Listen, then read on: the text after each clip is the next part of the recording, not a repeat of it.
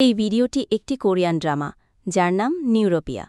এটি গল্পের প্রধান চরিত্র সৈনিক জেইউন এবং তার প্রেমিকা ইয়ংজোর মধ্যকার সম্পর্ককে কেন্দ্র করে নির্মিত হয়েছে।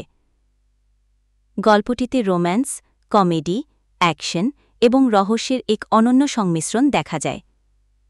একজন সৈনিকের কঠোর সামরিক জীবন, প্রেমিকার সাথে তার মধুর মুহূর্ত এবং হঠাৎ করে আসা এক ভয়ঙ্কর সংকট, এই তিনটি ধারা মিলে তৈরি হয়েছে এক গভীর আবেগময় এবং রোমাঞ্চকর কাহিনী। ভিডিওটি শুরু হয় একটি আধুনিক শহরের ভবনের ছাদ থেকে, যা উপর থেকে ড্রোন ক্যামেরায় ধারণ করা।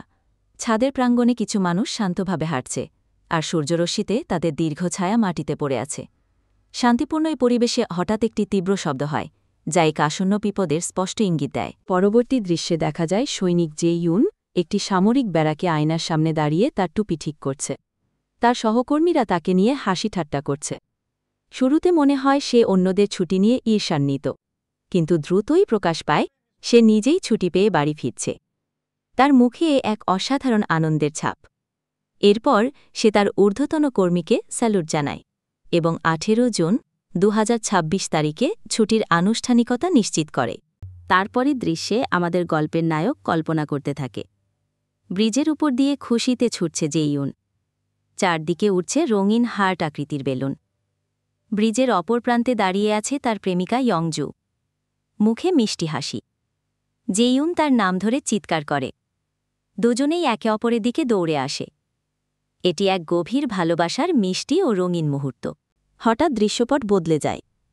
জেইউন একটি অন্ধকার ব্যারাকে ঘুম থেকে জেগে ওঠে। একজন সহকর্মী তাকে রাতের ডিউটির জন্য ডাকছে। দৃশ্যটি যেন আগের রোমান্টিক স্বপ্ন থেকে সরাসরি কঠিন বাস্তবতায় ফেলে দেয়। আরেক সৈন্য ঘুমের ভান করে সামরিক আদেশ নিয়ে হাস্যরস করছে। এরপর হঠাৎ করেই বাজে একটি এয়ার রেড সাইরেন। সৈন্যরা ছুটে যায় ভবনের ছাদে।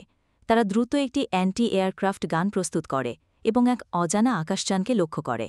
দৃশ্যটি হয়ে ওঠে রুদ্ধশ্বাস উত্তেজনায় ভরা। তারপর ফিরে যাওয়া হয় বর্তমান সময়ে।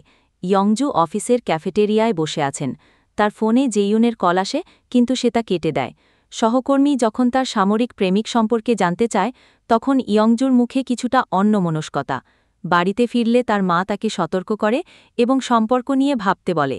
অবশেষে ইয়ংজু কাঁদতে কাঁদতে জানায় তারা কিছুদিন আলাদা থাকতে চায়। পরবর্তী দৃশ্যে দেখা যায় ইয়ংজু তার অফিসের এক সহকর্মীর সঙ্গে বিলাসবহুল এক রেস্তোরাঁয় ডেট করছে। ছেলেটি তার প্রতি খুব যত্নশীল। অন্যদিকে জেইউন একটি স্টোররুমে বসে তার ফোন হাতে নিয়ে হতাশ। ইয়ংজু সেই সময় জেইউনের পাঠানো একটি ভয়েসমেল শুনে কেঁদে ফেলে। ভয়েসমেলে জেইউন ক্ষমা চায় এবং তার কঠিন পরিস্থিতির কথা বলে। সেনাবাহিনীতে যাওয়ার আগে ইয়ংজু মজা করে জেইউনের চুল কেটে দিচ্ছে। মুহূর্তটি ছিল সুখের, সরল ভালোবাসায় ভরা। কিন্তু বর্তমান দৃশ্যে সেই সুখ কেটে যায় হঠাৎ।